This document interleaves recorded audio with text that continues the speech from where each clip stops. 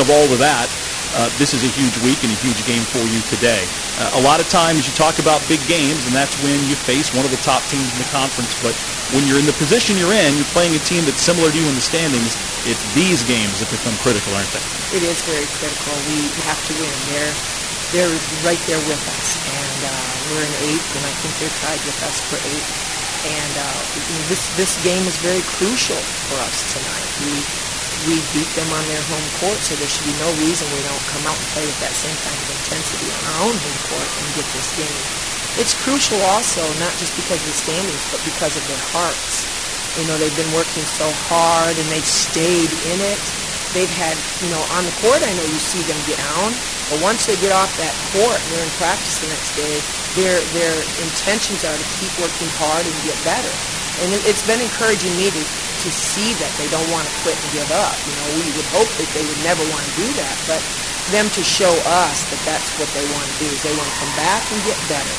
And so today definitely we need to be able to use all of that we've seen these last 3 days in practice out on the floor so that we can be successful early on and stay in the game and play it for 40 minutes. It's a tough time of year, especially when you go into the stretch, but it seems like your practices have been pretty loud and with some energy as a result of that, which is good, especially in this stretch. You shut down Missouri Valley to win up there. What do you need to do that again tonight? Well, we need to remember that they have some 3-point threats. We definitely have been talking about those kids, and we need to make sure that they don't go off on us early. And even though you don't see anyone scoring, big double-digit scores, there's a lot of kids who are pitching in those scores. And for the 56 points they do average for a game, everyone's coming in and pitching those points in, from the starters to the bench. So we've got to play a good 40 minutes on keeping those people under their averages today. I think the 31 now is the main scorer. And, last time we played her, she wasn't, but she's averaging 8 points. Definitely cannot let her have more than her 8 points. We've got to keep our mentality on defense so sound that we don't allow them to come in here on our home court and score the points that they didn't get to score against us when we played them there. And then now Sammy Jackson's back today, and I know that she struggled to have a few. I think she played a little bit at their place against us, but she's had a little bit of a struggle these last few games. But she's a real threat. You can't overlook her at all.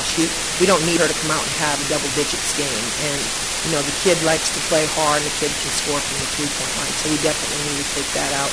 And then we need to, they average 20 fouls a game. We need to get to the free throw line since we're the first team in the conference with free throw percentage. We need to get there and get more points from the free throw line. And actually, I was telling them today when we were doing shoot-around league, the game will be won from the free throw line. When we get there, we got to knock those shots down, help our team there, where we're not having anyone guard us. So we've got our hands full, but defensively we need to step out there and get it done today, and then be calm and cool and collected and not let things get us way down, and be able to play our offense that we've been practicing. Held them to 41 points the first time around there. That's going to be a goal to get that similar total held to them against Valley tonight. Talking with Evangel assistant coach Don Neal. We're back with a look at the tip-off and the starting lineups in a minute.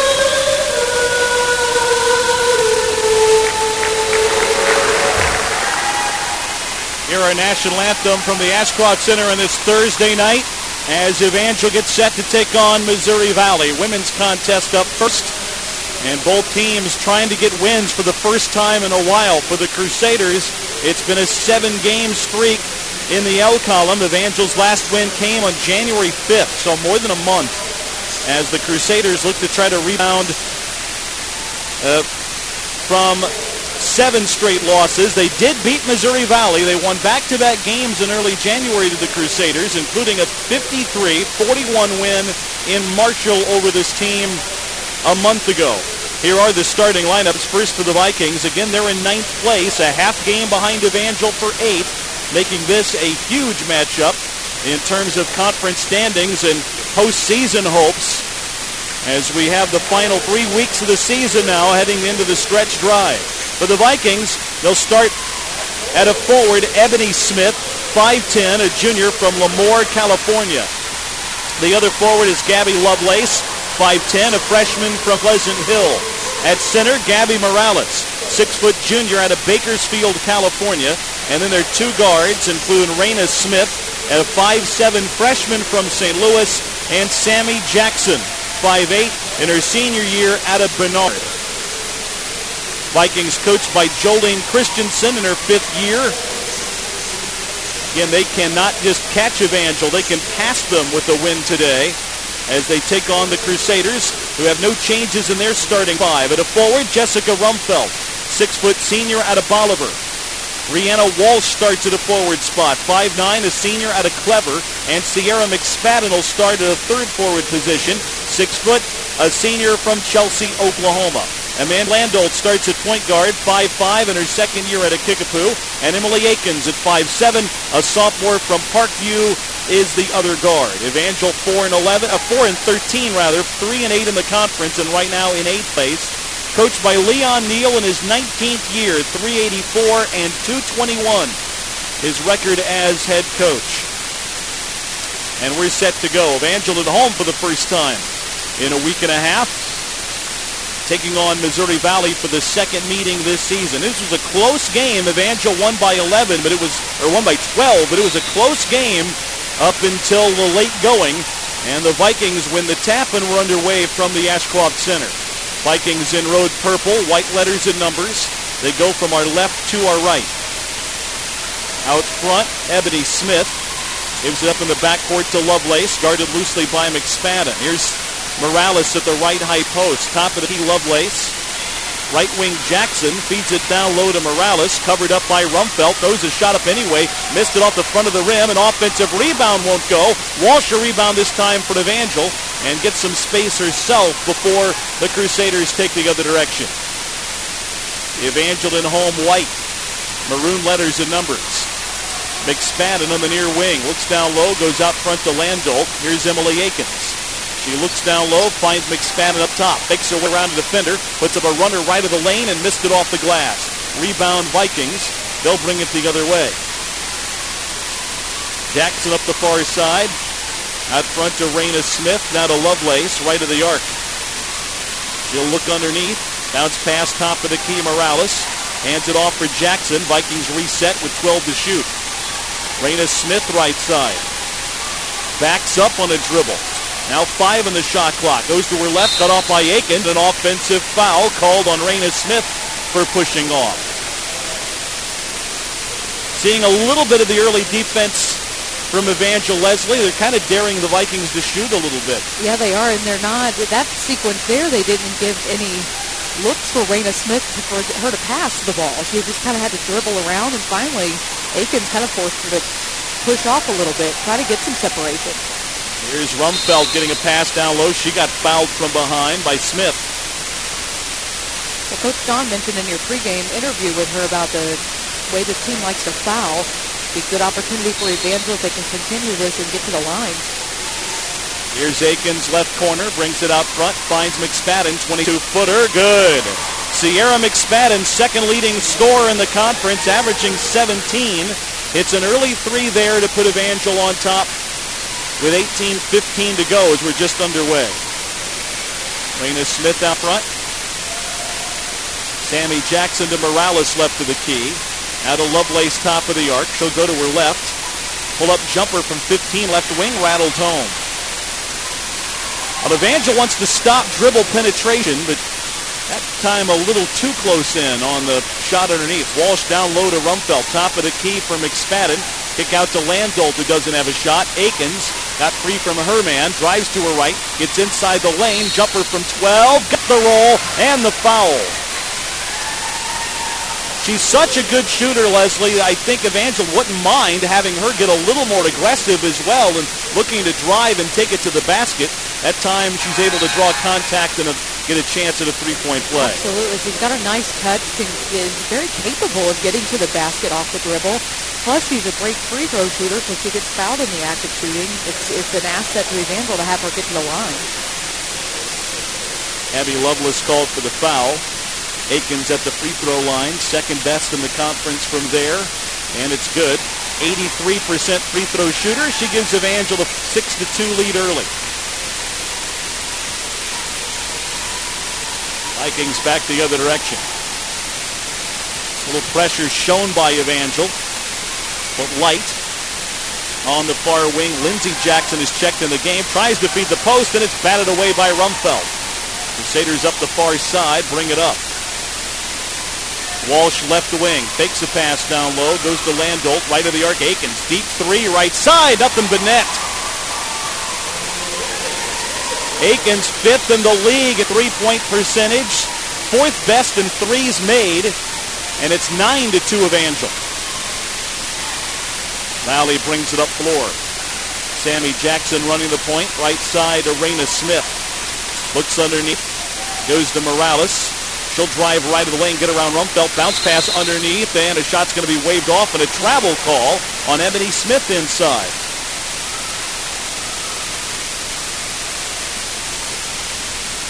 Evangel will go the other way. 16:45 to go. It's early, but Evangel with a 9-2 lead. Landolt out front to Walsh near side. Here's McSpadden catching left block. Back to Bree in the corner, out front to Akins. Back to Walsh. Walsh to her right off the screen. Finds Landolt to Akins right wing. Down low Rumfeld. Turnaround shot. No good off the back of the rim. Rebound Vikings. They'll clear it up the far side. And pulling up the shoot and knocking down a jumper on the far end. Lindsey Jackson. Twin sister to Sammy Jackson. 9-4. Angel with a 5-point edge. Landolt out front. Right-hand dribble. Near side for McSpadden, who fakes the three, drives all the way to the basket and scores off the glass.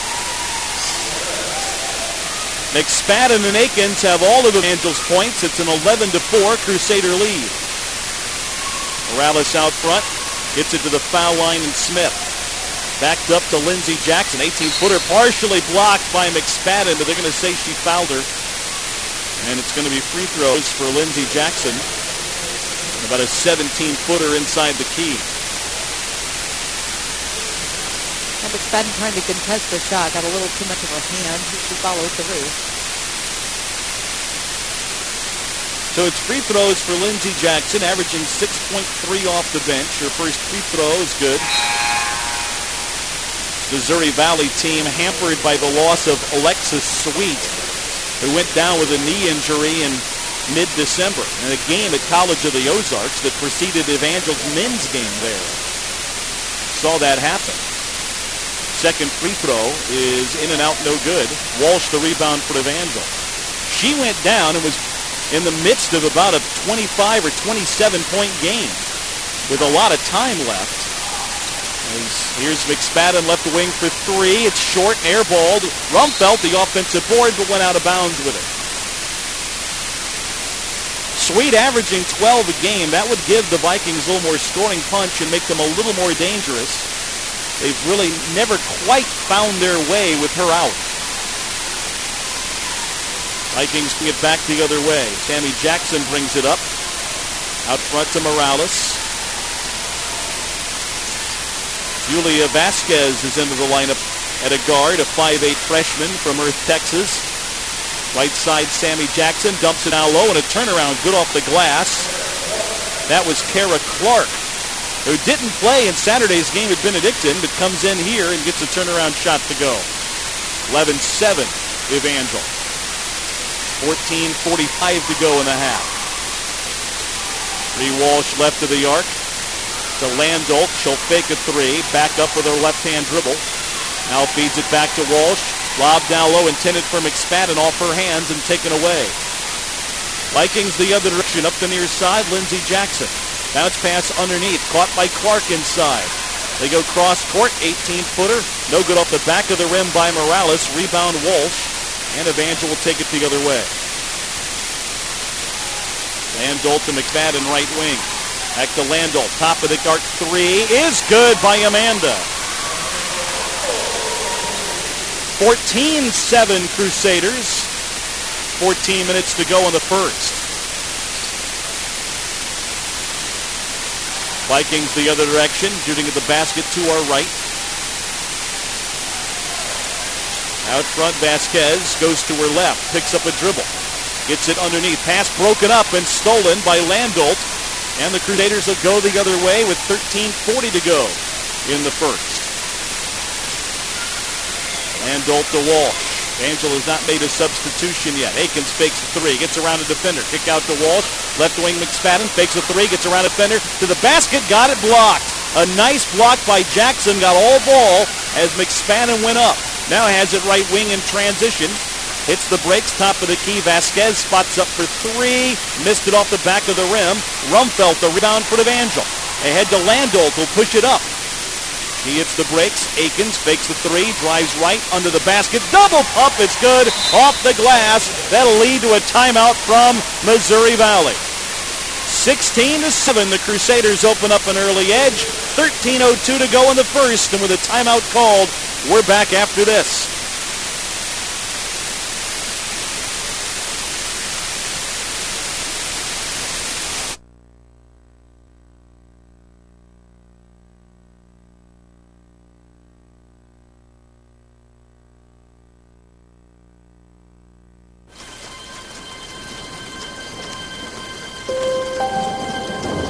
This is a family that was almost fed by neighbors who almost volunteered to help them out.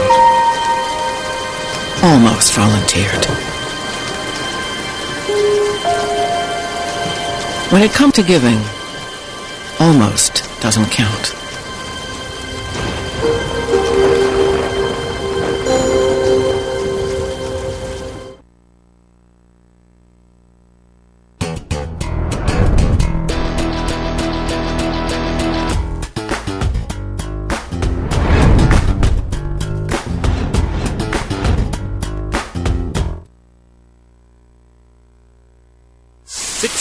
Seven Crusaders, 13 minutes to go in the first half. Missouri Valley, after the timeout, brings it up floor. Vasquez out front. Evangel has gone to their bench now. Danielle Ladd is in, along with Chelsea Hancock, who made her college debut on Saturday at Baker. Pass goes inside, a fadeaway right of the lane, good by Kara Clark.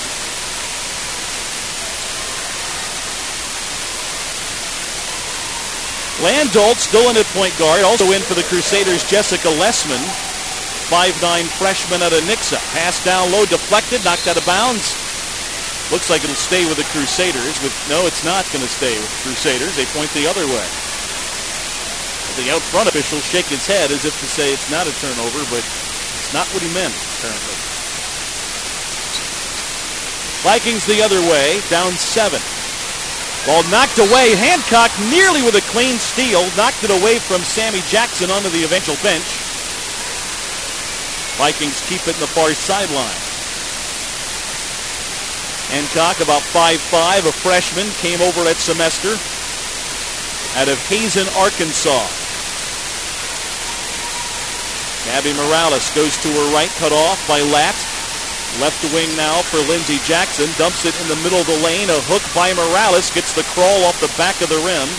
That's her first two of the day. 16-11. Angel's lead cut to 5. McSpadden top of the key. Holds it. Finds Landolt. Left side for Lessman. Out front to Landolt. Right side for McSpadden. Back to Amanda. Pass out front, stolen away. Sammy Jackson anticipated that and took it as she stepped in the passing lane. Now crosses over to go baseline, barrels over Landolt, and it's an offensive foul.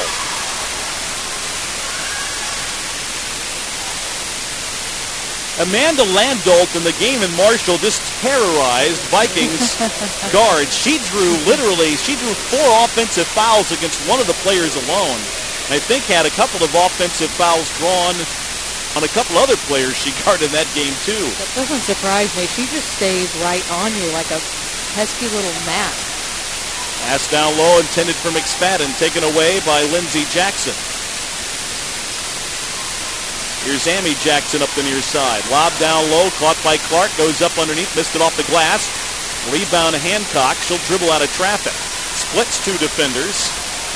Now will bring it up herself. Here's Lessman, right wing. Bounce pass underneath to McSpadden. Sierra spins to her right, got it blocked, but now they're going to call a foul inside. That's going to put Sierra at the free throw line for 2. 10:49 to go in the half. Evangel up 16-11 with Sierra at the foul stripe.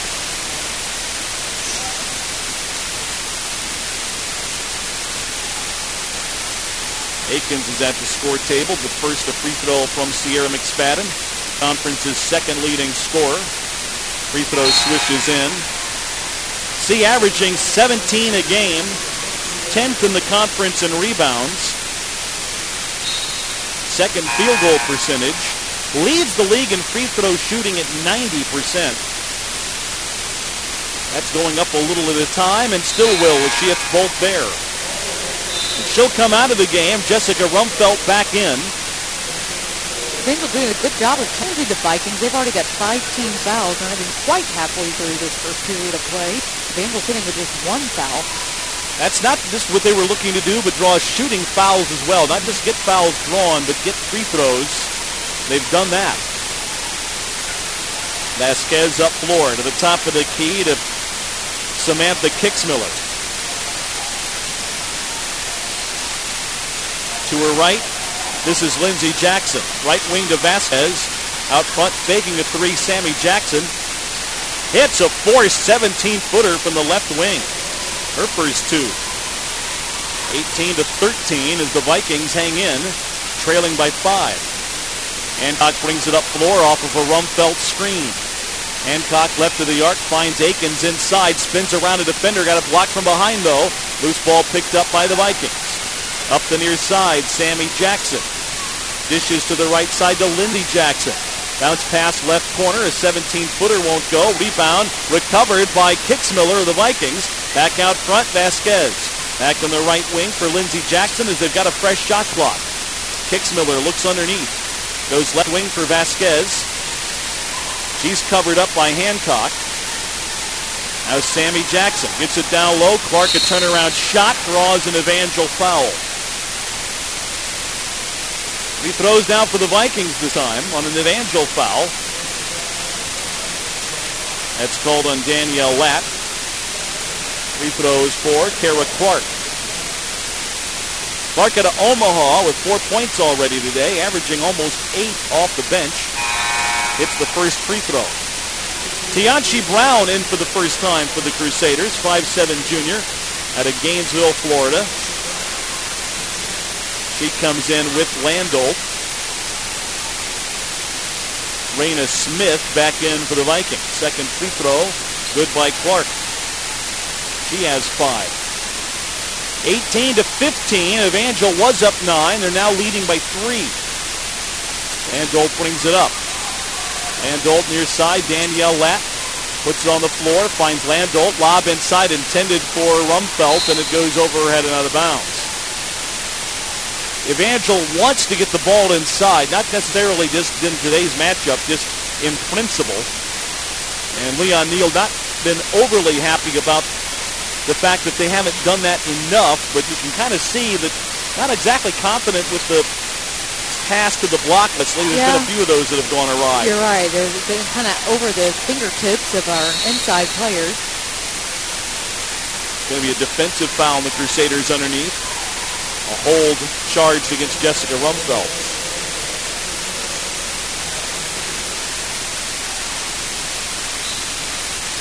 Vikings inbound underneath. Comes in right to the arc to Vasquez. She'll look inside. Pass out front, stolen by Brown. Tries to spin away from a defender. Now finds Aiken streaking down the floor. Got her in stride, but she missed the layup. Flat the offensive rebound, gets it taken out of her hands, and back come the Vikings the other way. Flat's going to have to get a little stronger on the board. She's had a couple taken right from her hands. Lob to Kix-Miller, who catches, and it's underside of the rim. Rebound batted around, this time grabbed by Rumfeld. That was such a pretty transition. Yeah. Evangel just could not finish that layup at the other end. Brown hit Akins in stride. Just could not quite finish.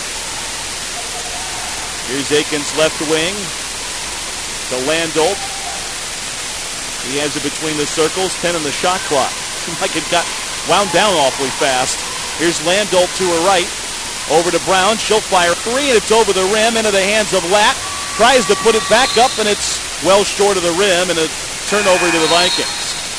I'm sure that was not a malfunction of the shot clock. It just, sometimes possessions seem that way, Leslie. Yeah. You kind of blink, and it's like, it's under 10 already? Sure, Evangel probably felt that way on that. They never really had a great look at the basket. We're not really in the offensive flow. And just the whole set was just kind of slow developing, and next thing you know, you've got to force one, which is the whole point of that 30-second clock. Back the other way come the Vikings. We're under 8 minutes to go first half. Still an Evangel lead at 18-15. Sierra McSpadden back on the floor of the Crusaders. Right of the arc, Vasquez goes to her left, sends it to the corner. Driving baseline and missing inside of the Vikings. Rebound Akins. And she'll clear it up floor herself. Akins lobs for Rumfeld. There's another pass to the post that goes wide. Taken away by the Vikings. Long down floor pass. Right side Lovelace covered up by Brown. Top of the key Kix-Miller, and now Raina Smith, their point guard, will get them into their offense. This is one of those kind of inconsistent stretches Evangel gets in a game because they haven't scored in quite a while, and luckily the Vikings haven't either this day, but they pulled back within 3. 2 points by Evangel in 6 minutes on the scoreboard clock. Still ahead, though. Right side, Lovelace for 3. Got it. He spoke too soon. And that's going to call it, or lead rather, to a timeout called by Evangel. 7:01 to go first half, and we're tied at 18 all. Timeout called. We'll be back after this on the Crusaders Sports Network.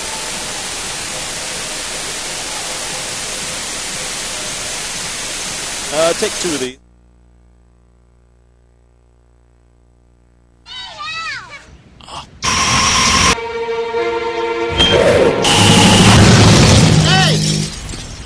What is your problem, man? All right. What's going on here, fellas? The missile was about to hit the school. That doesn't change the fact that I don't have a car anymore. Who throws a person's car at a missile? You're serious? Yeah. Who's going to pay for my car?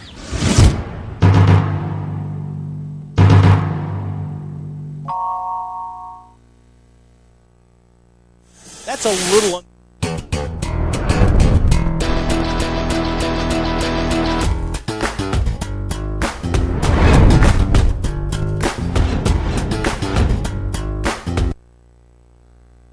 that bad, but it has.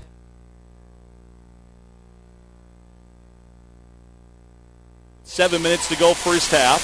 Evangel with the ball after using their first timeout. Landolt finds McSpadden left the wing for 3, and she knocks down the tray. She's in double figures already with 10. Evangel retakes the lead there quick. You don't want to make too much of a basket at this point in the game, Leslie, but that kind of feels big right now as you don't relinquish the lead. Well, especially since they had scored or had only scored a couple points in about 6 minutes, as you mentioned, before the break. It seems like you've got things kind of going against you. Yeah. As Vikings call for a traveling violation to give it back to Evangel. And it kind of breaks up that Viking momentum just a little. Not that they had a ton, but, you know, they were getting some turnovers. They made that three-pointer to tie things up, and now, okay, Sierra comes and makes the basket and maybe breaks up a little bit of what they had going. Don Neal, though, in our pregame show, kind of referencing the psyche of this team, just a little fragile, and if you give up a lead after a good start, you might have the here we go again thought in your head, even though it's this early. But now to be back in front helps. See if we can get some breathing room now. Akins between the circles out front. As it knocked away, it gets it back. Crosses over to her left. Tries to feed Brown. And she is fouled as Sammy Jackson runs into her. That was a good fundamental thing that Keontae Brown just did. She went and actually met the pass instead of standing there. Because if she would have stayed in the same spot, Jackson probably would have come away with that ball. Instead, Brown gets fouled. And the second foul on Sammy Jackson. Team foul number 6. So Evangel gets in the bonus at the next Vikings foul. 6 minutes to go in the half. Now we have a foul away from the ball. That's going to be on Evangel.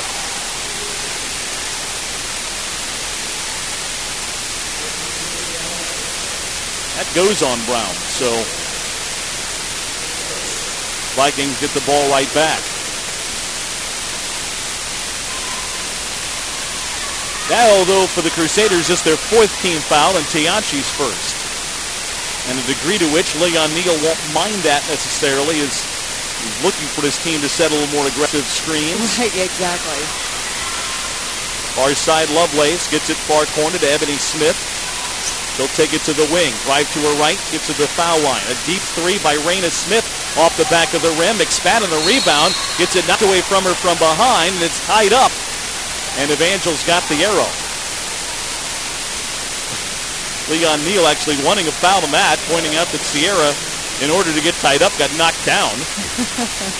That was tough, though. That was loose Yeah. ball kind of rebounds where nobody really had position. It was just a race to get to the ball the quickest. In a well-called game by your crew so far. Here's Rumfelt, right side to Landolt. Puts on the board to her left. Back to Rumfelt, right wing. Right corner to Akins. Akins to her left. To the wing, now right of the lane. Double pump off the glass. Good, and a foul. Emily Akins with a double pump, hung in the air right of the lane. Drew contact and got it to go up the window.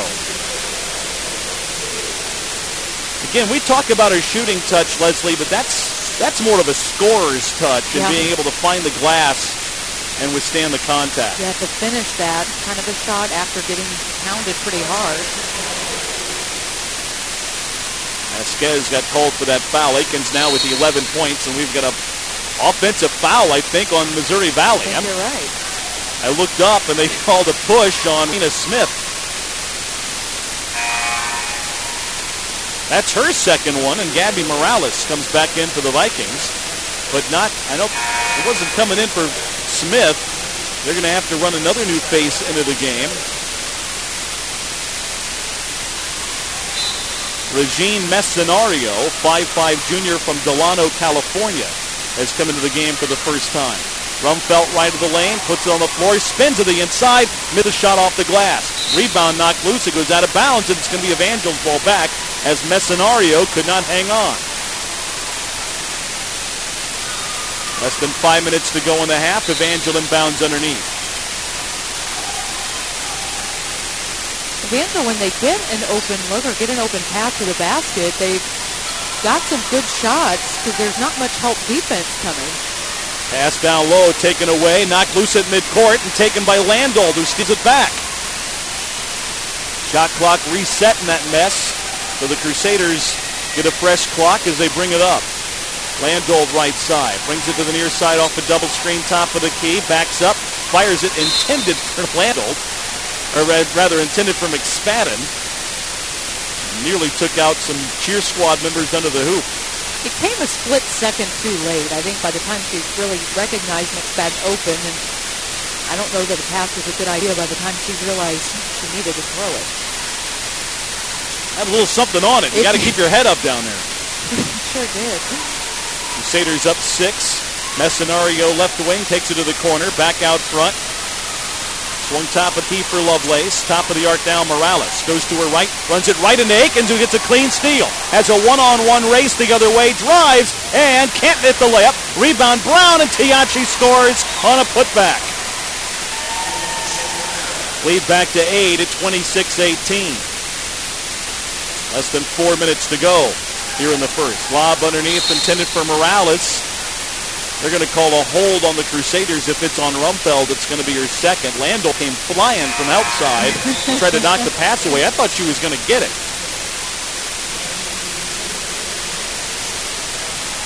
Chelsea Hancock back in for Evangel. So is Danielle Latt and Bree Walsh.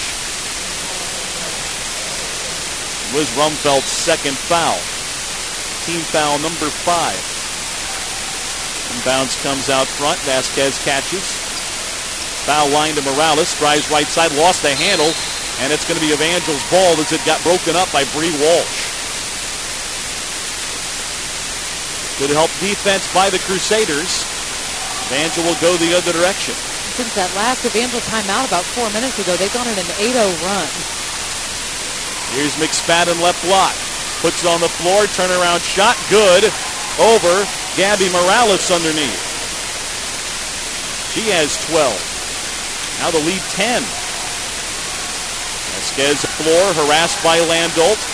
Gets it out front. Now swung to the right side to Lovelace. She'll look underneath.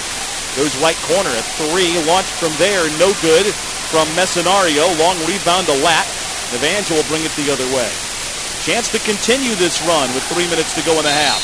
McSpadden caught it and got shoved from behind. And that's another Vikings foul, and it's going to put Sierra McSpadden at the foul line for free throws. But first a timeout from the Vikings. 3:01 to go in the half. It's Evangel 28, Vikings 18. With a timeout on the floor, we're back in a minute. Take 2. My format, by the way, is still in the printer upstairs.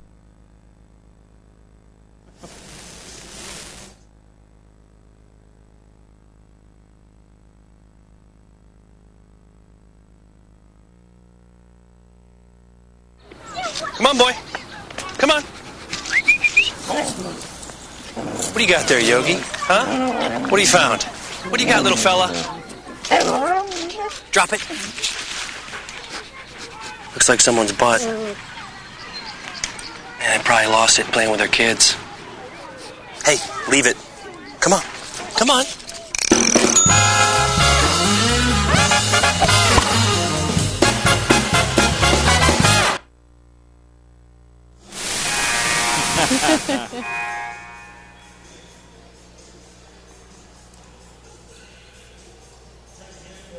We can't make the oldies joke back to you, though, can we, Brad?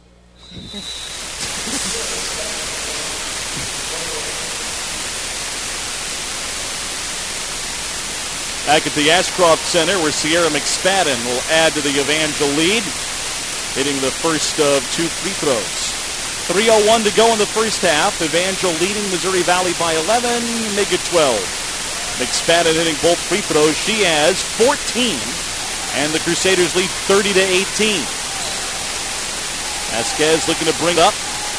Vikings still shy of the midcourt line. Now Messenario got it up the far sideline before she got checked by Bree Walsh and fouled.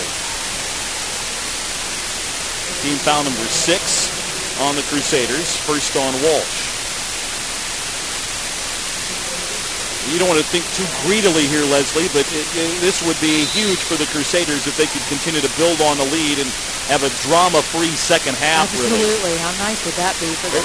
Here's a steal by Bree Walsh in the inbound. Goes length to the floor and scores on the layup.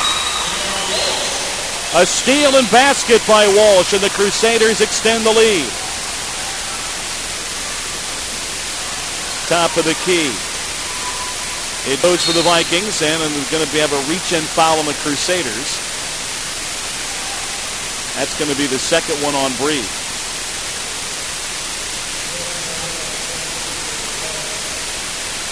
Free throws now for Kara Clark.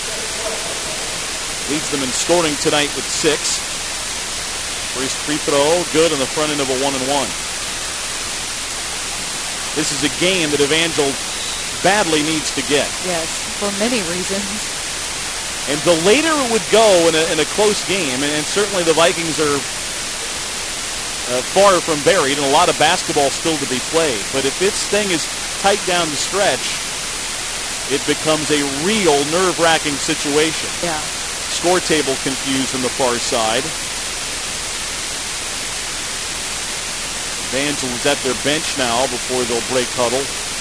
See where we had a discrepancy. Pretty clearly that was this Walsh's second foul. Free throw for Clark on the front end was good.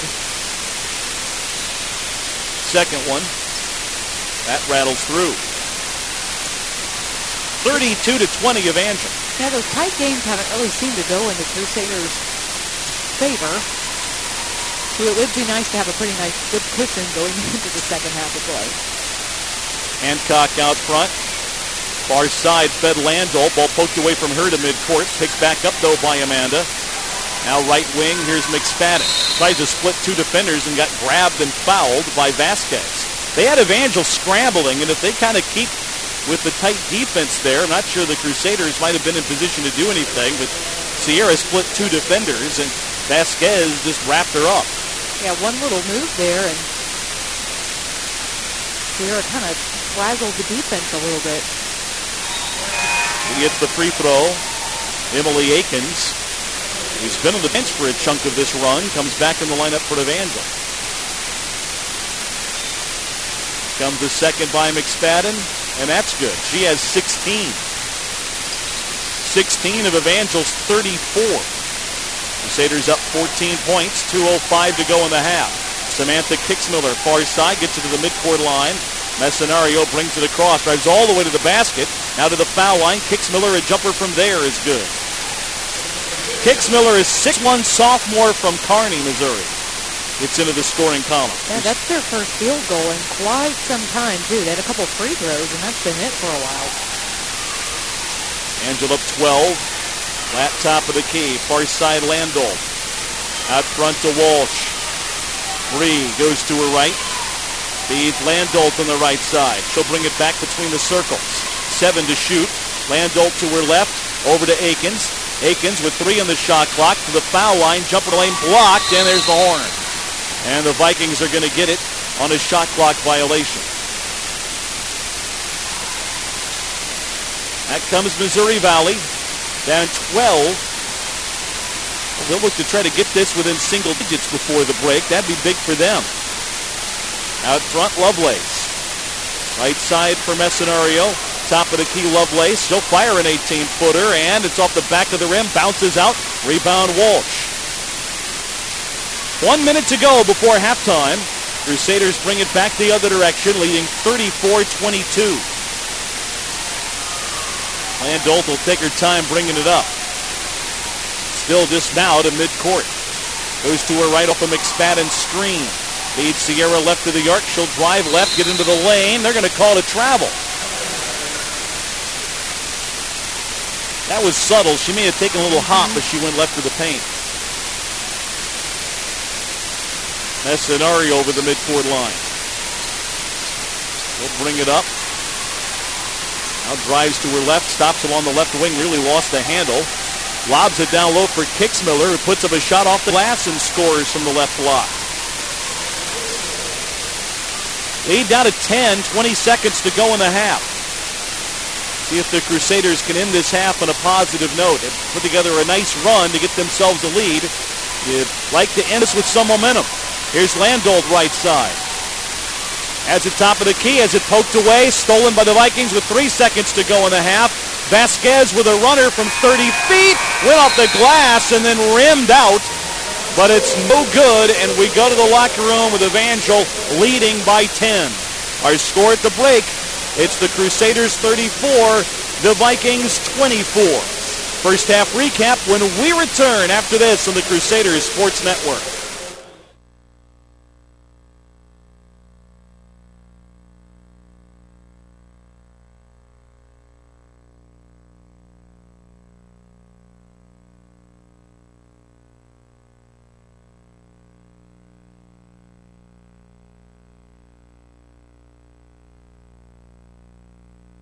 I might be a little older than 30.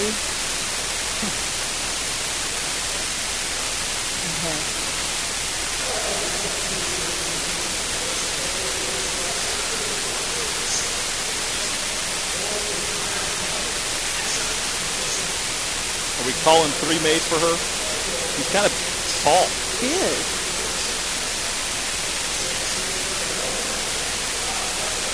I hate to say yes, but she could just be tall and really awkward. Wow.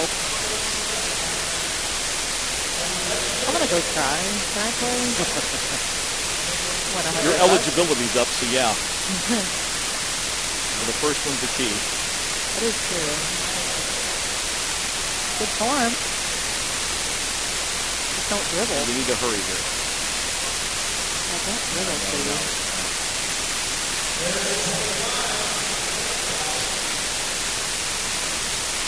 So nonchalant.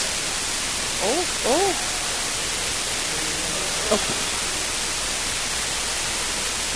Oh, she did it.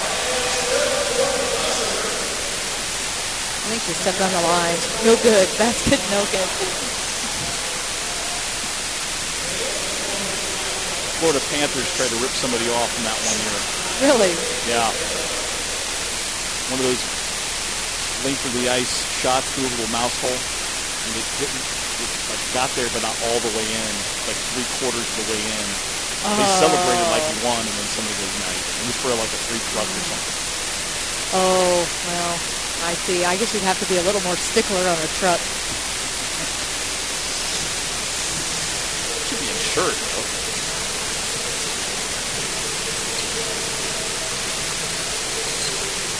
We're back at the Ashcroft Center. We're at halftime, and Evangel trying to snap a 7-game losing streak. Leads Missouri Valley at halftime, 34-24 at intermission. And time for the game summary, brought to you by Empire Bank. Teamwork always pays off at Empire Bank. A 10-point Crusaders lead at the break. Here's a scoring breakdown for the Vikings. They're led by Kara Clark, who has 8 points off of the bench. Gabby Lovelace, 5. 4 for Samantha Kixmiller. 3 by Lindsey Jackson. 2 by Gabby Morales, and 2 by Sammy Jackson.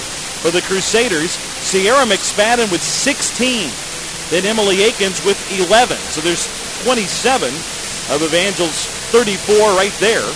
A 3 by Amanda Landolt, 2 by Bree Walsh, 2 points for Tianchi Brown. And Evangel leading by 10 at intermission, a spot they haven't been in a long while, Leslie. And it's got to not just to add some confidence, but got to give you a boost to take the floor in the second half, saying you can feel one today.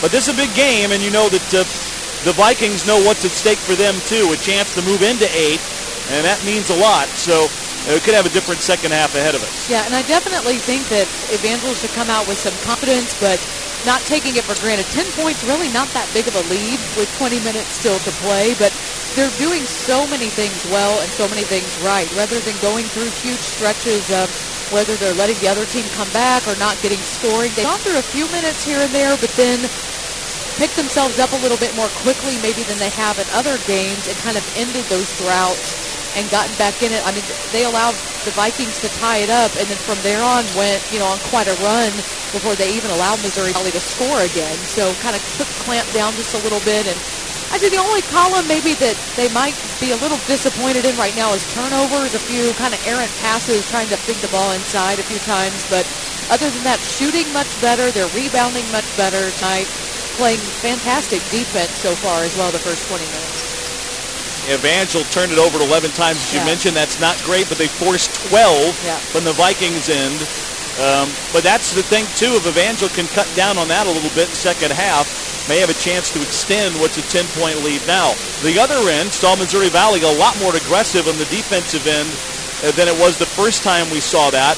And that's probably the way they're going to get back into this game, Leslie. They're not exactly they're similar to Evangel in the respect that they're not the most prolific scoring team you'll see, but if they can shut you down and they can put together another stretch where they hold Evangel either scoreless or to only a few points in 6 or 7 minutes on the clock, they'll be in this thing quick. Yeah, and I feel like, though, if Evangel can really be aggressive and attack the seams of that defense, there's not been a lot of great help defense come in, not a lot of moving their feet, trying to cut off the dribbler, the person handling the ball. So I think if Evangel can take advantage of that, they may get some pretty decent shots off. They had that even some in the first half, just didn't always finish around the basket maybe as well as they could have. But I feel like there's a little vulnerability there in the Vikings. Actually, Akins, most of her points have come that way, in getting into the lane and either drawing fouls or scoring inside. 34-24 our score at intermission. Men's teams are warming up. We'll preview that game when we come back after this on the Crusaders Sports Network.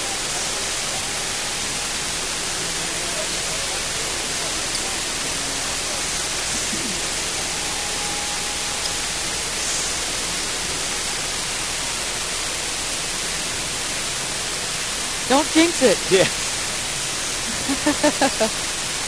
But yeah, for our women's team, actually, that flew.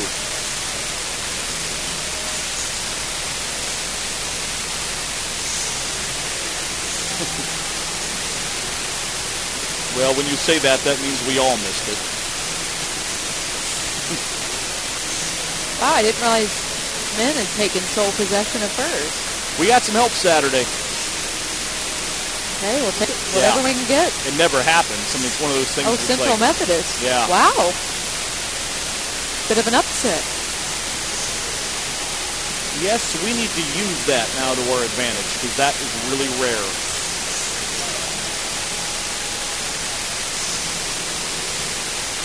Yeah, absolutely. Ooh, we still play mid-am. Couple of weeks.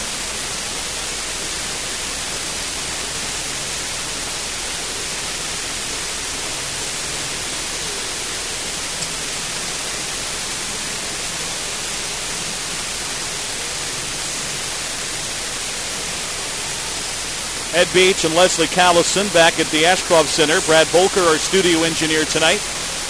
Evangel leading the women's game over the Vikings, 34-24 at halftime. Both men's teams are warming up for the next game coming up.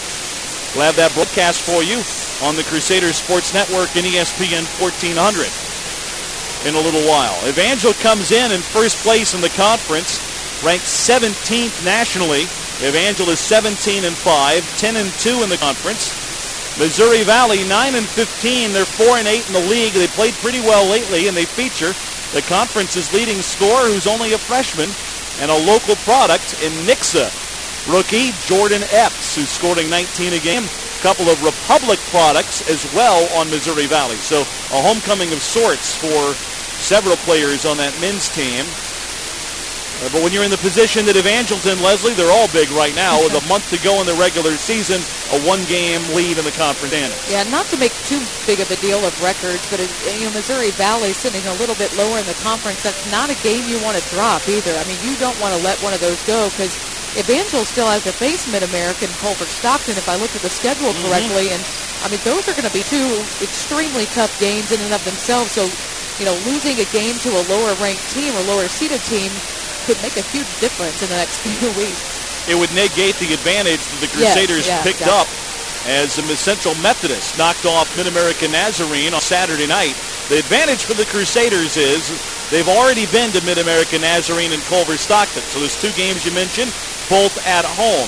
But to be honest, the Pioneers are so good. And to be honest, Culver Stockton is such a frightening team to play the way they shoot threes that really doesn't matter if that game was here, there, or a neutral floor.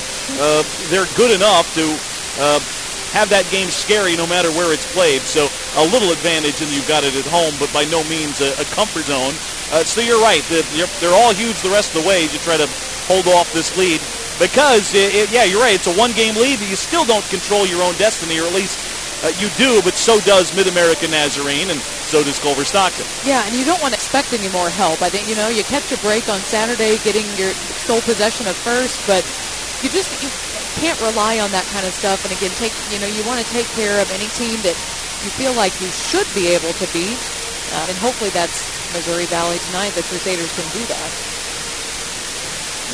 That help has been rare. It seems like every time you see a Mid-American Nazarene or in years prior William Jewell be in trouble on the road, and they've always found ways to win. But Evangel got a little break in that first-place tie.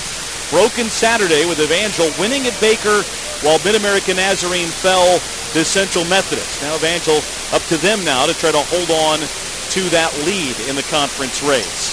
Some other Evangel sports news. Earlier today, Evangel's football program announced the hiring of Dennis Darnell as an assistant coach and new offensive coordinator. Joe Beaver, the associate head coach and offensive coordinator, is left to take a position as wide receivers coach at Indiana State. Now, Dennis Darnell, who had a stint as an assistant coach with the Missouri State Bears football program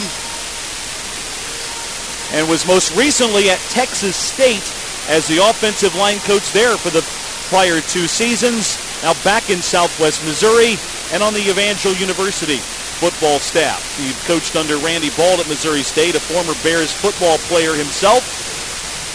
Now back in Southwest Missouri and on the Evangel staff, hired this week by head coach Brenton Elam.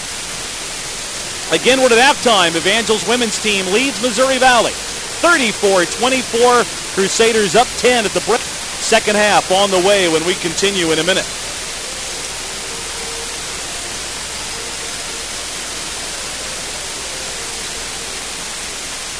Okay. How's it looking for baseball this season? Not bad. We've actually played twice. Oh, no kidding. When do they go on their big Florida trip? That's got to be coming up. Spring break. Okay. We play tomorrow here. Wow. We can.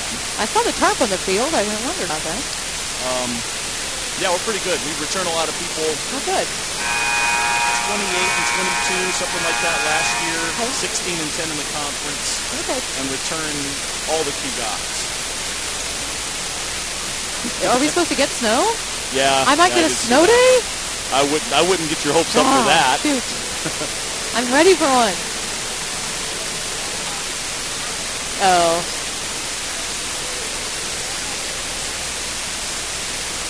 I think I'm going to believe Brandon. He's an Evangel guy. I don't want to get my hopes up. Hey, was he here when you were here? I think if we overlapped, it maybe was a year, but I don't think we did overlap. I feel like he was gone by the time I was here.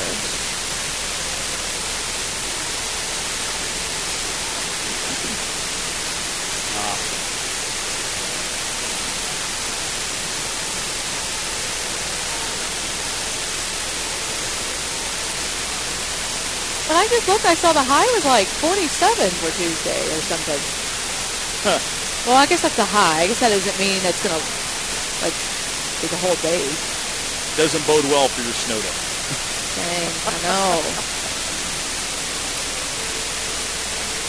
You just had a 4-day week, for Pete's sakes.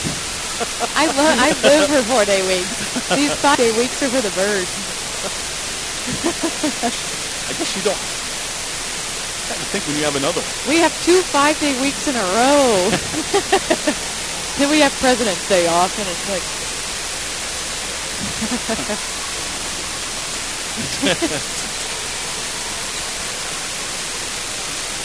Back at Ashcroft Center, Evangel up on Missouri Valley, 34-24 at intermission.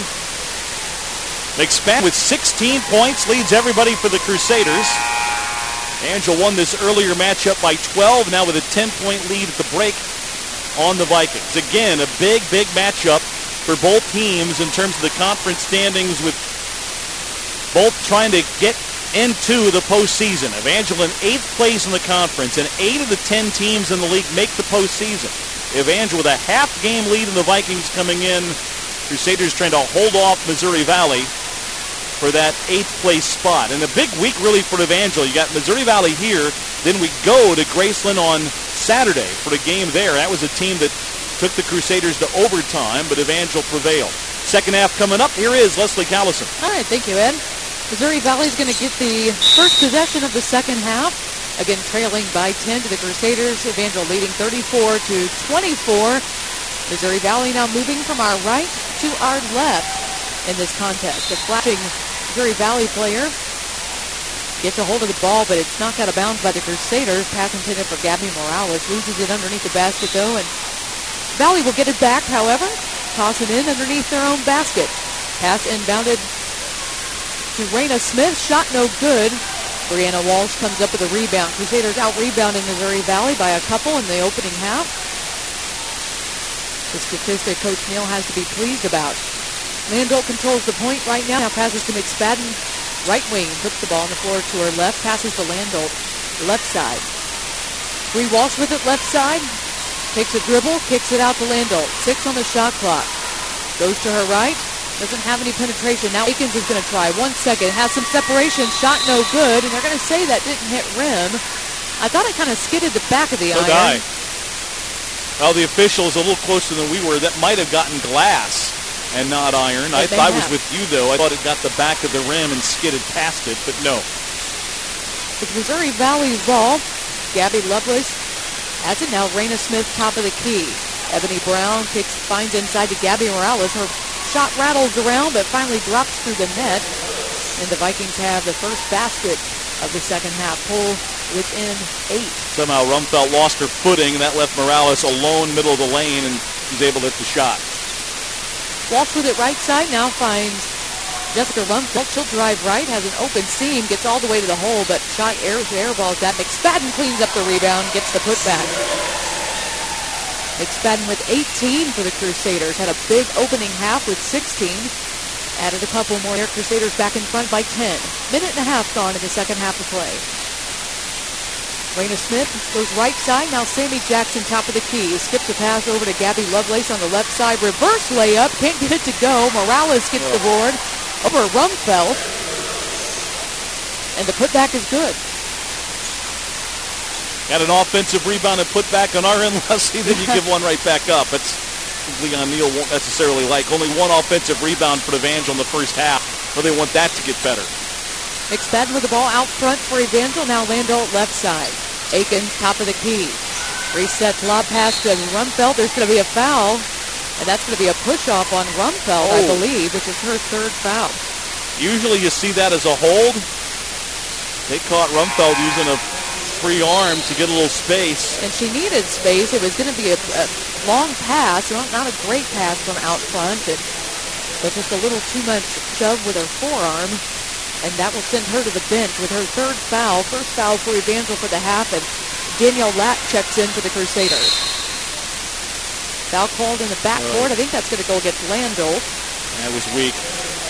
Fight through a screen. I mean, they bumped hips a little, but Landau didn't really get an advantage by getting over the top. I mean, she just did not push, but they called this what little contact there was there a foul. Inbound pass goes to Sammy Jackson. She takes it to her right. Comes back to left. Dishes off to Morales. She's going to travel. Oh, no, they're going to call a foul. Oh, wow. She was off balance there. And I thought she was off balance just because she was. Right. Because of anybody pushing her off balance. But that's going to go against the Crusaders. They've already got 3 team fouls in the opening 2.5 minutes of the second half. And now a travel is going to be called. A lot more contact in that one, though. It's Sammy Jackson hits the deck. But Evangel's going to get it back. Guess it all evens out, huh? I guess so. If that's a foul instead of a travel, that's 2 free throws. Yes. So I guess it winds up to be a pretty good trade for the Crusaders. 17:22 to go. Crusaders leading by 8. Pass intended for Sierra McSpadden. She gets a little shove for behind. A few more whistles being blown. Yeah, we've ground this thing to a halt, haven't we? Crusaders will inbound it. It was just on the floor.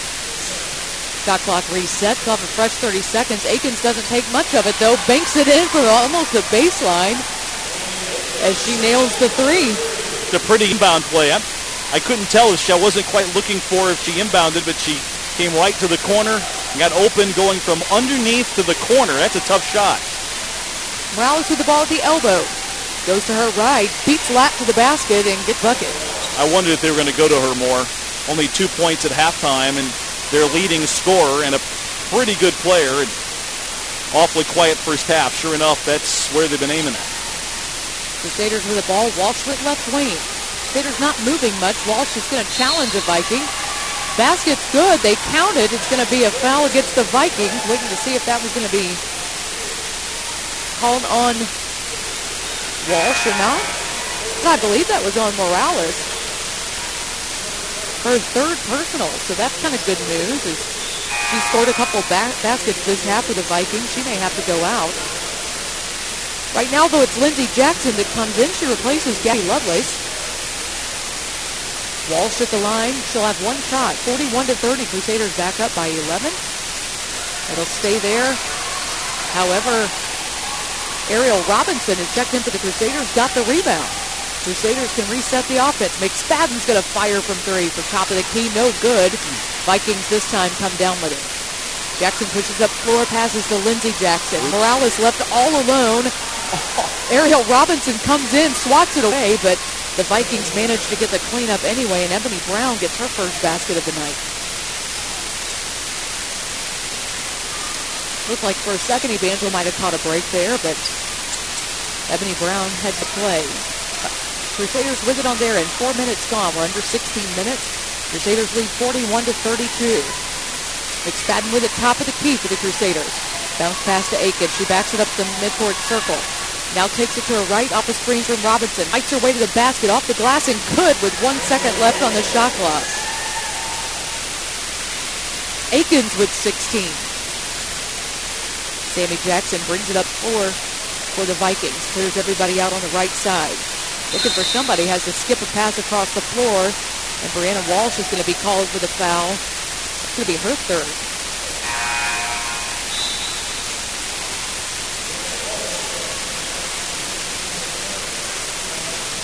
Fourteenth foul for the Crusaders. Vikings inbound it underneath their own basket. Kara Clark's checked in for the Vikings. Gets it to Sammy Jackson. Takes the pass right back. Tries to put up a shot. Robinson, another good defensive play, gets a hand on it and swats it to teammate McSpadden. Now Landolt walking it up the floor. Directing traffic from top of the key. Walsh with it left side. Landolt backs out top of the key, gets the pass. McSpadden with it right wing. Looking inside, no good. Robinson top of the key. Now left side to Landolt. Looking to move it around the perimeter. Aikens fires for three. Not quite there. McSpadden gets it quickly, puts it back up, and gets the foul. Great play by McSpadden to not drop her hands at all and just fire that right back at the glass. Evangel is having a little more of a concerted effort on the offensive glass this half. They'll work their way between two defenders to get the board and earn free throws as a result. McSpadden's first free throw is good. That foul called on Lindsey Jackson, just her first, team third. 14:56 to play in the second half. Crusaders lead 44-32. McSpadden could make that 1 point more. She does. She now has 20 on the evening. Jessica Lessman will check in for the Crusaders. Replaces Brianna Walsh. She'll take a seat. Crusaders leading by 13. Full court pressure put on by the Crusaders. Full court man. Landolt guarding Jackson up the floor. Jackson gets around her, though. Passes off to Raina Smith. Left alone outside of three. Her shot no good. Ball kind of fought over, but gets knocked out of bounds by the Crusaders. They couldn't quite come up with the rebound. Valley to inbound it under their basket. Sandy Jackson will trigger that pass. Bounces it in to Raina Smith, who's on the left wing. She's going to challenge Aikens. Gets kind of held up a little bit on her body before she hits the ground. Aikens is going to get stuck with her second foul. Well, bad luck there. It looked like she was kind of out of control, but Aikens could not get herself to a spot to take a charge. That'll reset the shot clock for the Vikings. Put the 15th foul on the board for the Crusaders. And also prompt a sub for Evangel. Chauncey Brown comes in. Aikens will go to the sideline. Vikings inbound again underneath their own basket. Lindsey Jackson this time to pass it in. Looking for somebody. Throws it to the back of a Crusader. It's McSpadden. Turns around and grabs it. Leads everybody up floor. Passes down to Ariel Robinson. Ball knocked out of bounds by Lindsey Jackson, who had to run the full length of the floor to disrupt that transition play. Crusaders inbounded under their own basket. Landolt looking for somebody. Finds Tianshu Brown. Goes to her right at the elbow now. Kicks out to Lessman. Lessman fires to Landolt right side. Top of the key now to Brown. One dribble to her right. Picks it up. Needs some help. Finds McSpadden. Flashing. Viking tries to get him. McSpadden forces up the shot. No good. Looks like a little contact there. 8 seconds on the shot clock. Evangel will get it here. That's the good news because she practically threw it out of bounds. Yeah. But they say it last went off a Viking. So you still have possession here. Brown finds Robinson. Back to Brown. Fires a three off the side of the backboard. No good. Vikings come up with it. Crusaders hitting a bit of a dry spell here. 45-32, though they still lead by 13. Lindsey Jackson with the ball out front. Now Raina Smith off to the right.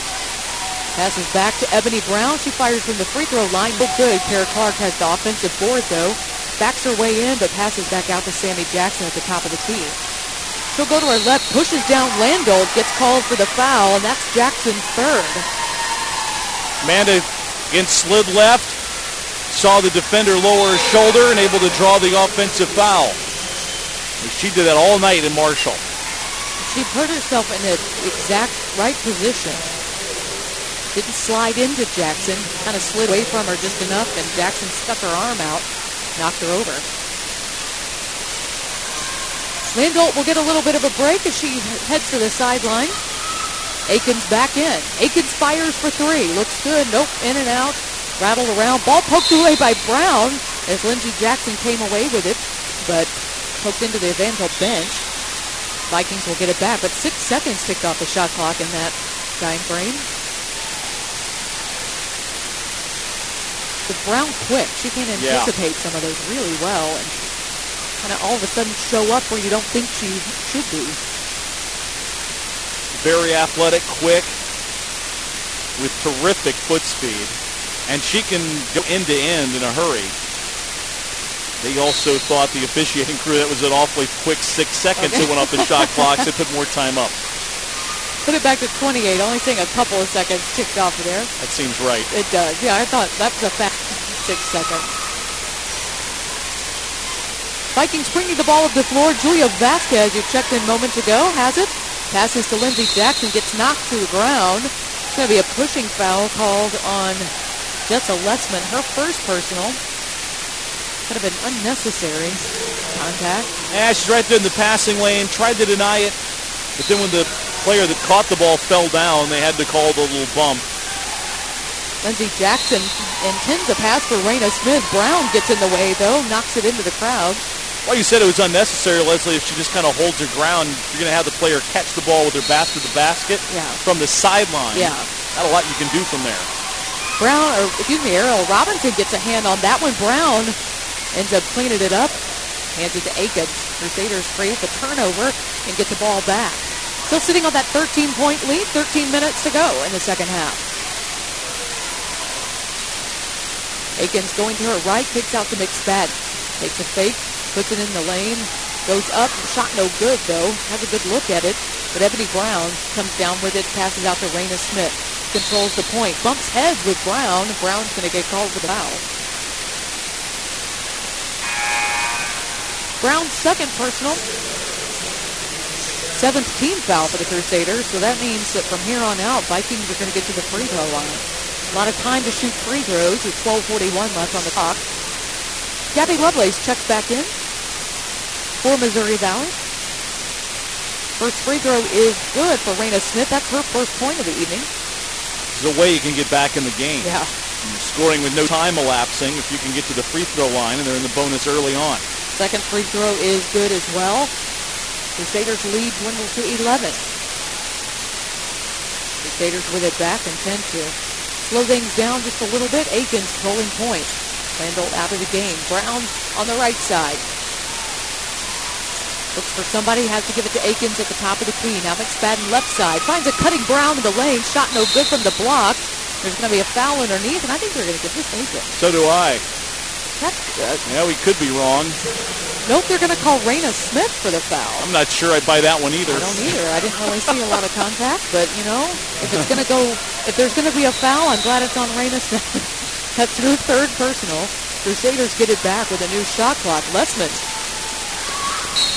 being covered up, and Smith getting in the passing lane, knocking it into her radio crew for the Vikings. So you put them on the end. In harm's We're way. safer down here. Brown to fire the inbounds pass. Needs some help. Finds Aikens, who quickly gets it to McSpadden at the block. Nice spin move with a right-handed shot from the block. 2 now for McSpadden. Crusaders back up by 13. 12 minutes to play in the game. Lob pass down low. And that's for Gabby Lovelace. She's covered up by 3 Crusaders. They make that Ebony Brown. Foul's going to be called, though. We'll send Brown to the line. McSpadden's going to get the foul. Her second. But 18 foul for the Crusaders. Brown with a field goal on the evening for her team. Has a chance to add a couple of free throws. First one blanks off the back of the iron, though. No good. Crusaders needing a win here. Number one, to snap a 7-game losing streak, but also stay a little bit ahead of Missouri Valley in the conference standings. I believe, a game and a half? That's what it'd be if you can close this out, yeah. Brown gets the second free throw. 3 points on the night for her. Crusaders now lead by 12. Just under 12 to go. Brown with it out front. Passes to McSpadden. She fires from three. That one no good. Bounces hard off the rim. A long outlet pass for the Vikings, and they push it up forward quickly. Smith finds Lovelace, top of the key. Now to Vasquez, right side. Finds a cutting Clark up at the head of the perimeter. Now to Lovelace, left side. Nice little jumper from about 13 feet. Lovelace now with 9. Crusaders lead down to 10.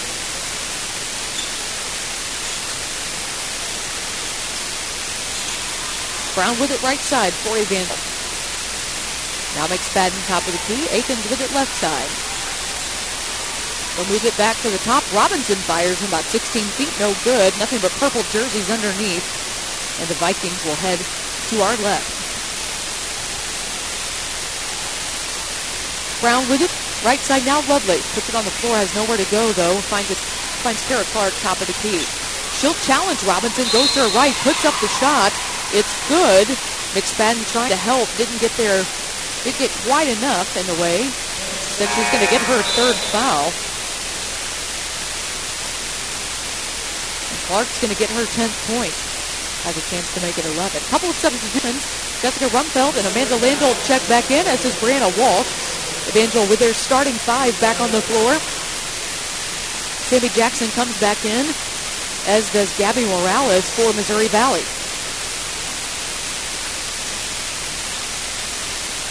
Free throw is good for Clark. He adds another one. Has the 3-point play. And now Missouri Valley's pulled within 7. Big 3-point play there. Crusaders with the ball. Landolt with it out front. McSpadden left side. Akins cuts across. Nothing there though. Bounce pass to Landolt, top of the key. Right back to McSpadden. They just work it back right side now though to Rumfeld. 8 seconds on the shot clock. Gets it to Akins. Akins is going to go ahead and drive to her right at the block. Has a shot. No good. Vikings come up with a rebound. Jackson's going to push it the other way. Now flips it up court to Vasquez. She pulls it up at the perimeter. They find Clark. Clark's going to challenge Walsh. Gets to the block. Puts up the shot. Gets around her, and it's good. Well, all of a sudden, a little run here by the Vikings, and they're within 5. That's going to prompt a timeout from Leon Neal. So as the Crusaders head to their bench for this timeout, we'll take a timeout as well. Crusaders lead 47-42, 10:01 on the clock. We'll be right back after this.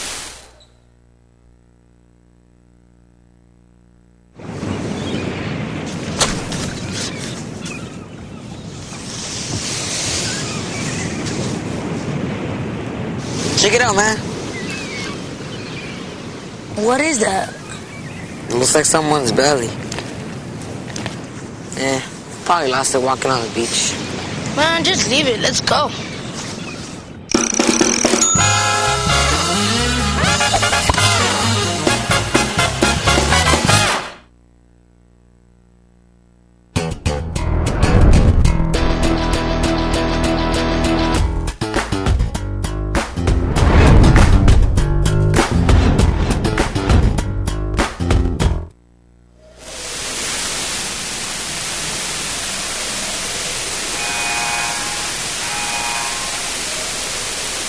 Welcome back to the Ashcroft Center. Leslie Carlson and Ed Beach here with you on this Thursday evening.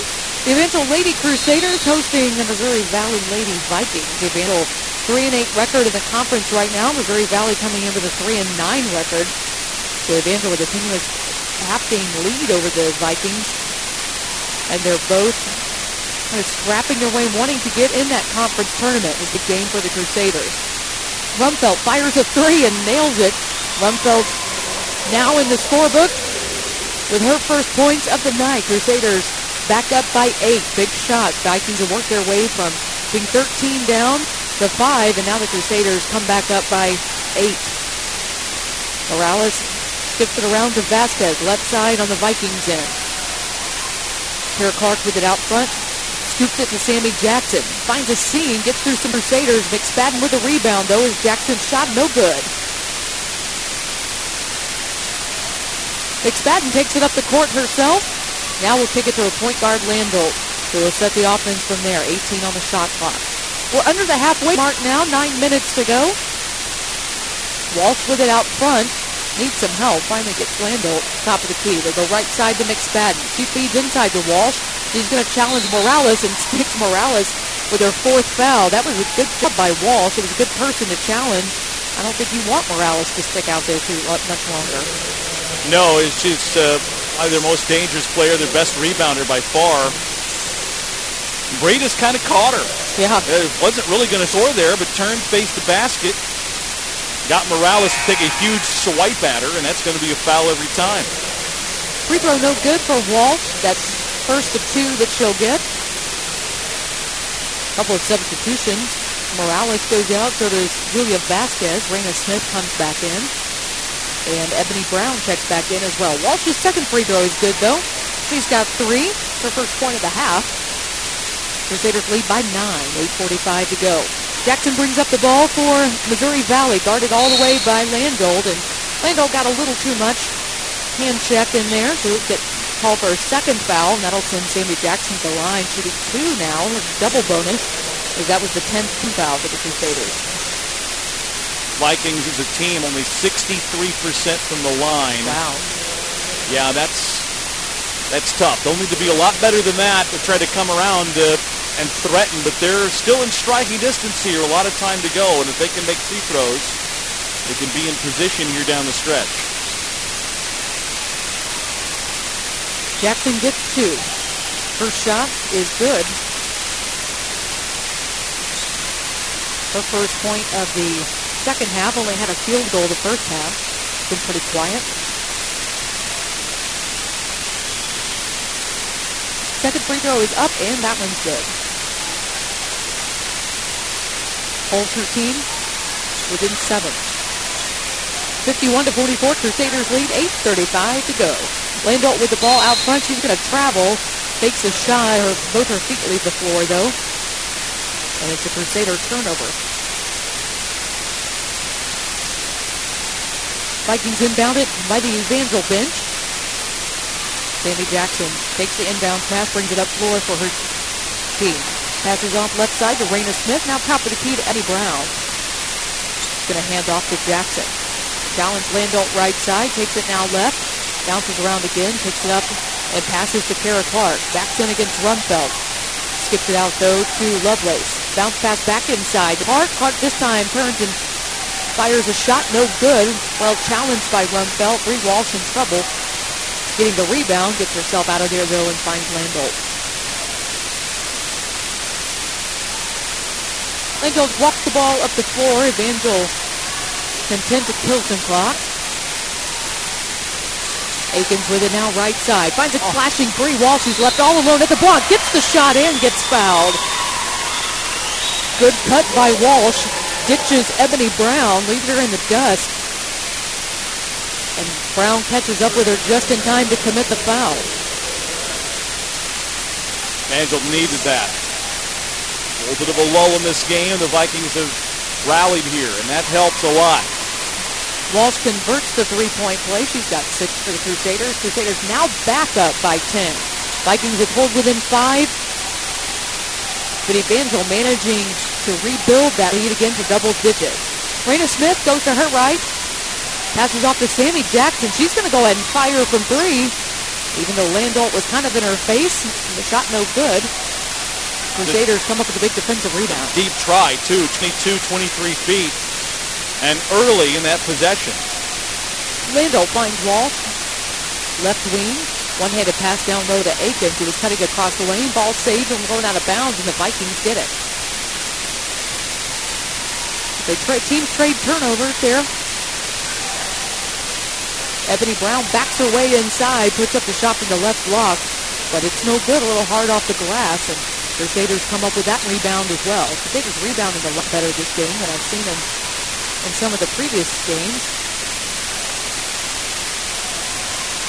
Walsh with it for the Crusaders. Passes to Landolt, right side. She'll hand off to Rumfeld on the right baseline.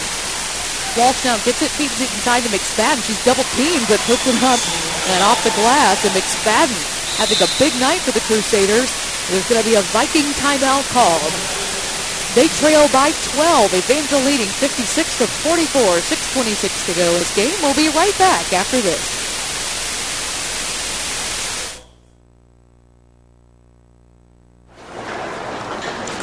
Can I help you, sir? Found these over by the stairs. Okay, thank you. What are they? Love handles.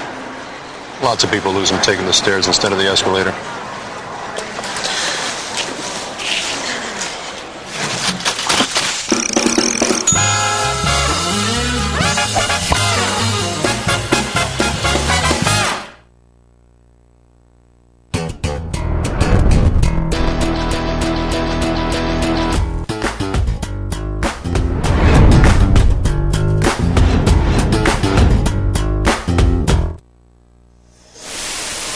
That and the asbestos in the building.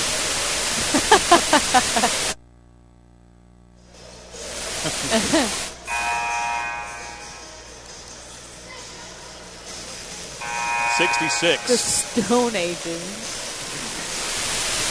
And lead paint.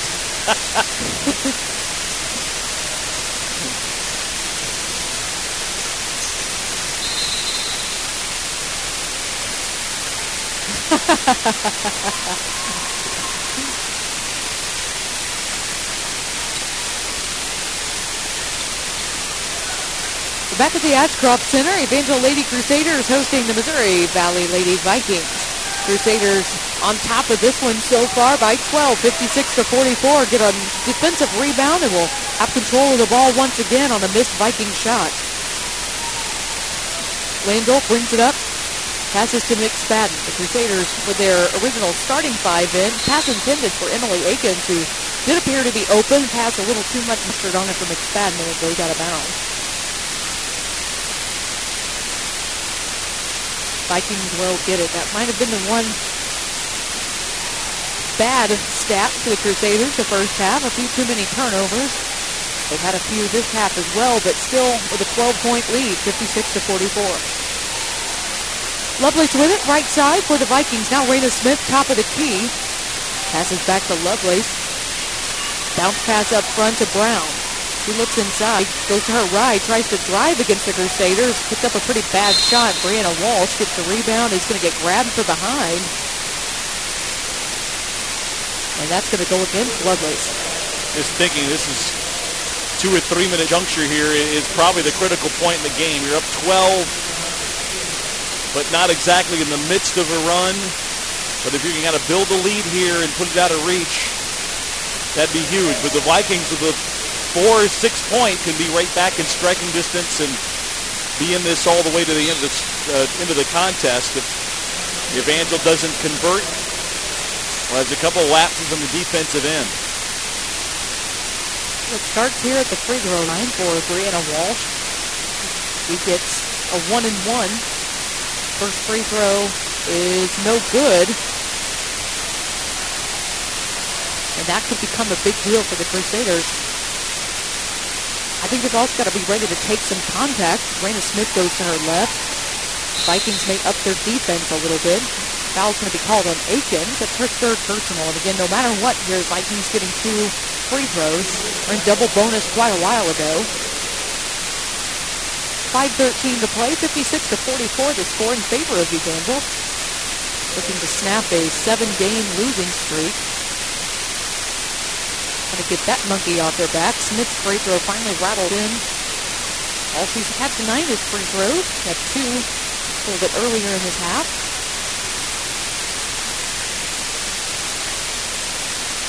If she could drop another one in there, and she does. Pushes that one home.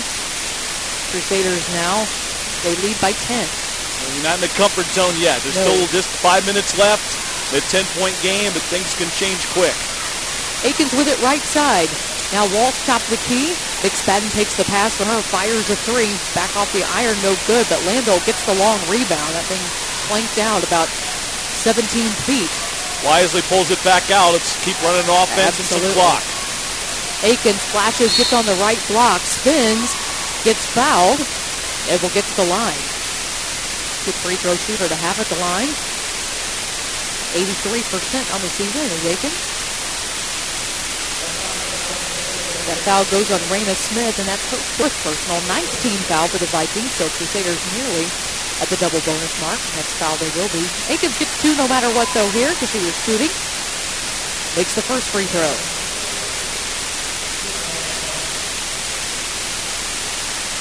Akins' second one on its way. Up and good. Akins sinks them both. She's got 18 for the team. Crusaders back up by 12 now. Jackson brings it up floor for the Vikings. Goes to her right. Looks inside. Doesn't have anything there. Ball nearly taken away. Morales, though, flashes through the lane with the ball. Gets all the way to the block. Puts it up, and it's good. Walsh couldn't come up with a steal, so ended up leaving Morales a lot of room. Nobody stepped over to really help.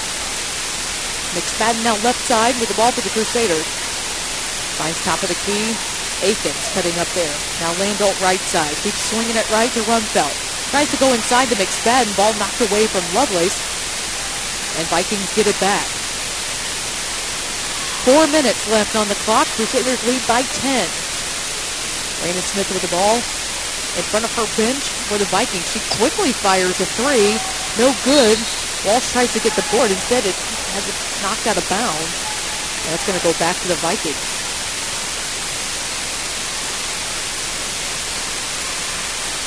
Missouri Valley inbounds it underneath their own basket with a new shot clock. Jackson with it on wing. Finds a cutting Morales. Spins. Nothing to do with it, though, except kick it right back out to Sammy. Jackson directs traffic. Goes to her right. At the wing, picks it up. Finds Clark. Spins against Rumfeld, puts it off the glass. That rattles in and out. Morales, a couple of offensive boards, gets the basket and gets fouled. Evangel just not in good position during that possession. Could be a 3-point play, which would be huge, because that would pull the Vikings within 7. Frustrating thing there is I'm not sure the Vikings had a really good set going. A lot of standing there, and they wound up kind of getting a decent shot, but no one got a body on Morales, and he had 2 tips. Got fouled on the second attempt and make. Free throw. No good. That's a break. A big break. So keeps the Evangel lead at 8.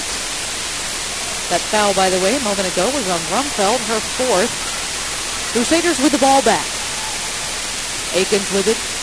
Drives baseline. Has the shot blocked by Morales. 5 seconds on the shot clock.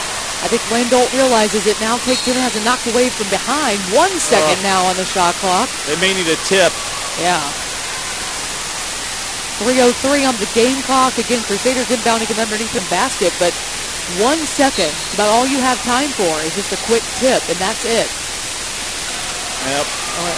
Boy, shot clock didn't go off, and I was like, Brown, I don't think realized the time on the clock. She didn't have time to look around to get it and fire, and that was it. So they're going to call a shot clock violation. To figure out how much time ran off of the scoreboard clock, as I'm not sure either one started.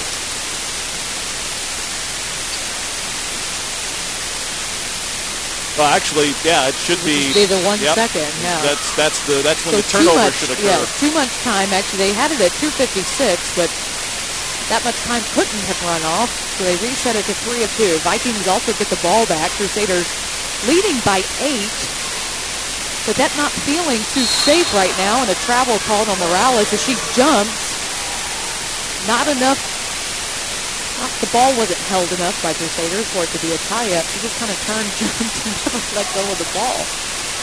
It's another break. She kind of knows where she is. I mean, if she's on the block and able to face up or maybe find a player to kick to, Evangel was in a vulnerable spot defensively. I feel like there are times that Evangel kind of trying to give the Vikings a chance to get back in this, and they're just not really able to capitalize on that, fortunately. It's an 8-point game right now. I know it could be tighter, but it's not exactly put away yet. Oh, no, not at all. Not at all. Rumfeld takes the inbound pass for the Crusaders. 12 seconds, now 10 seconds on the shot clock. Brown with it right side. She goes to her left, kicks off to Akins. Akins going to challenge the Vikings. McSpadden's going to fire a deep 3, no good. Clark with the rebound. Gets it up ahead quickly to Jackson. Now Lovelace with a speedy look at the basket, but she can't get it to go, and that would have been huge because the Valley would have spent all of about 5 seconds trying to get that basket scored. Aikens affected it. You got to block that out if you're shooting a layup, but at the same time, she took a swipe, and I think that caused a miss. Crusaders with it back on there, and nice little spin move underneath by Aikens because he gets nailed as she goes up for the shot. She'll get to the free throw line after picking herself up off the floor. And that's going to be the 5th on Raina Smith. Oh, correction, that was on 31, Gabby Morales. No, that's somebody else. And that number 5, correct, and that's a big loss for the Vikings. She's really been a big charge in this comeback. Their starting center. 12 points, 10 this half. Handful of rebounds. As she works the offensive glass really well. Actually leads the conference in blocked shots. Aiken's first free throw is good. Lindsey Jackson came in to replace Gabby Morales. Aikens gets this one. She will have 20 for the Crusaders on the night. Next free throw, and that one's good. She does it. Crusaders back up by double digits now, 60-50. Under 2 minutes to go. Jackson with the ball up the court for the Vikings. And a 30-second foul, or timeout rather, called by Missouri Valley. Crusaders lead by 10, 60-50. We've got a minute 45 remaining. Stay tuned. Still quite a bit of basketball to be played here at the Ashcroft Center. We'll be right back after this. These kids almost had a new community center. A contractor almost volunteered to build it. A carpenter almost worked on the crew. And everyone else almost gave at the fundraiser. They almost gave. Almost. And these kids? Well, they almost stayed out of trouble.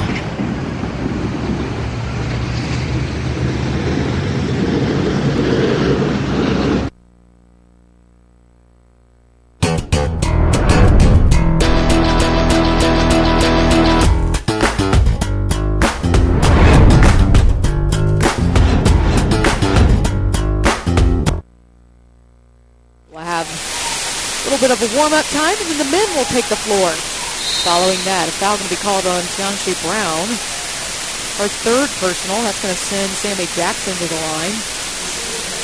Staters really don't want to foul at this point. They're just stopping the clock. And that doesn't work for their advantage at this point, even though they sit with a 10-point lead. That just doesn't really feel super safe right now.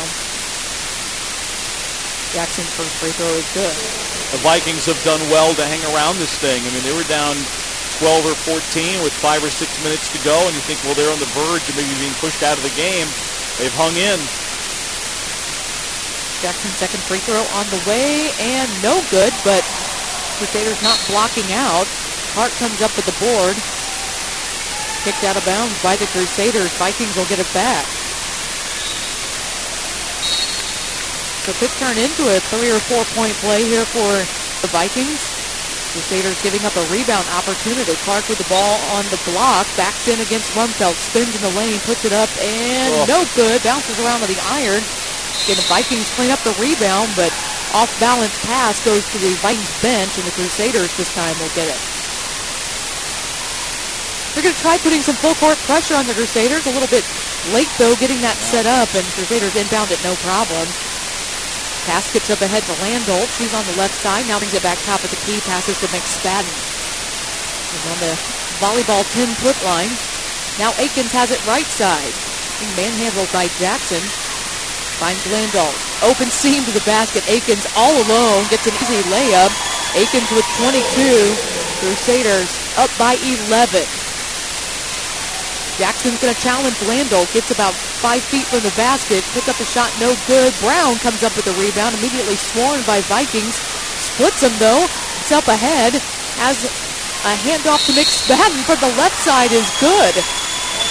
Nice job by Brown. No Viking ever really picked her up until she got about into the block. She wisely dished across the lane to McSpadden, who finished it up. She is fun to watch run the break. And that's going to prompt the Missouri Valley timeout. Crusaders have taken a 13-point lead, 41.4 seconds to be played here at the Ashcroft Center. We'll hope to be playing that right after this break.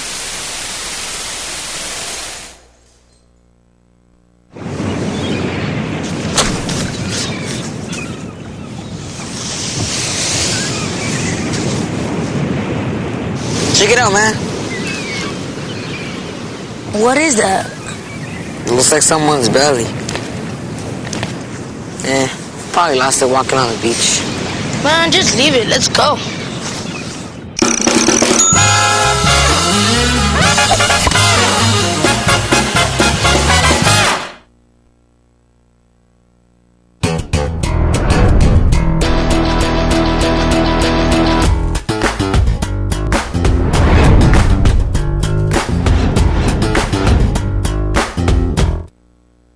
Seed remains to be played out.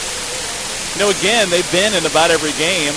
Really, they've been in every game, but as you said early in the broadcast, maybe the Benedictine, when you can make a case for the home game against them, that they really were in a little bit of a hole before that became a big hole late. But there's a chance they can pick off some of the topper-tier teams as we go down the stretch. And really further up in the standings, not out of reach. McSpadden's free throw, no good. Fight over the rebound. Ball on the floor, knocked out of bounds. That goes off Raina Smith. Nice hustle by Akins and Brown, who were in that mix. Smith knocks it out. Crusaders get it back. 38.2 seconds on the game clock. They do have a 30-second shot clock to contend with. We'll probably happily let that expire. Lindsey Jackson is swimming on Tianchi Brown. Fouls her. Few seconds tick off the clock, but Brown will get to the free throw line. Both teams in the double bonus. She'll have 2. Brown with a bucket in the first half. Has a chance to add to that and add to the Crusader lead. First free throw, pretty shot is good. Well, what made this game big, we talked about trying maybe work up your way through the standings, maybe even finishing 6th, 5th, or better. You got to get in the postseason first, which made this game big. Brown's second free throw rattles around a little bit. It drops through the net. She's got 4. Crusaders lead by 15. Raina Smith will control the point for the Vikings. Started pulling to the court by Brown. Goes to her left side. Tries to find a seam. Can't do anything with it. Passes back out to Lindsey Jackson. Goes to the middle to Kara Clark. Has trouble corralling the ball. Finds a cutting Jackson. Now dishes to Lovelace, who's left alone on the left side. And a nice basket for her. Foul called on the inbound pass. Shot clock is black, 14.6 seconds to go. Manville's largest margin for a win, 11. So a chance to get their biggest win in terms of margin of victory. If they can close this game out well. Chance to add to Sierra's big night too here. McSpadden at the line can add to her 26 points. And she does just that. Had 16 the first half of play. Has continued to add to that the second half. And her second free throw is good. 90% from the line. Valley inbounds. Takes it quickly up the court, and a quick foul going to be called on Tianchi Brown, her 4th personal. And not really probably what the Crusaders were looking for, but Leon Neal could smile about it since his team has a 15-point lead at this point, and there's only 10 and a half seconds to play.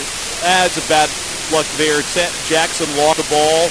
Rolling forward, Tianchi went to go get it, and by the time she got there, Sammy had scooped it up, and the 2 players bumped. Jackson's first free throw is good. Most of her points have been from the line. She's only got 6. But 4 of those from free throw line tonight. Next one on its way.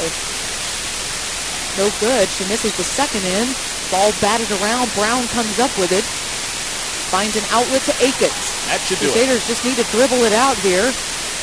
Vikings are still going to challenge it, but there goes the buzzer, and the Crusaders have done it. They've snapped that losing streak, hopefully giving them a little bit of confidence, keeping 8th place open in the Heart of America Conference as they beat the Missouri Valley Vikings. They do so by a score of 68-54. Evangel improving to 4-8 in the conference play, 5-13 overall. Missouri Valley dropping to 3-10 and 6-19 overall on the season. We will recap the game, give you the scoring breakdown. And all of that when we come back with the Assemblies of God Credit Union post-game show. Once again, Lady Crusaders win 68-54. We'll be right back in just a moment.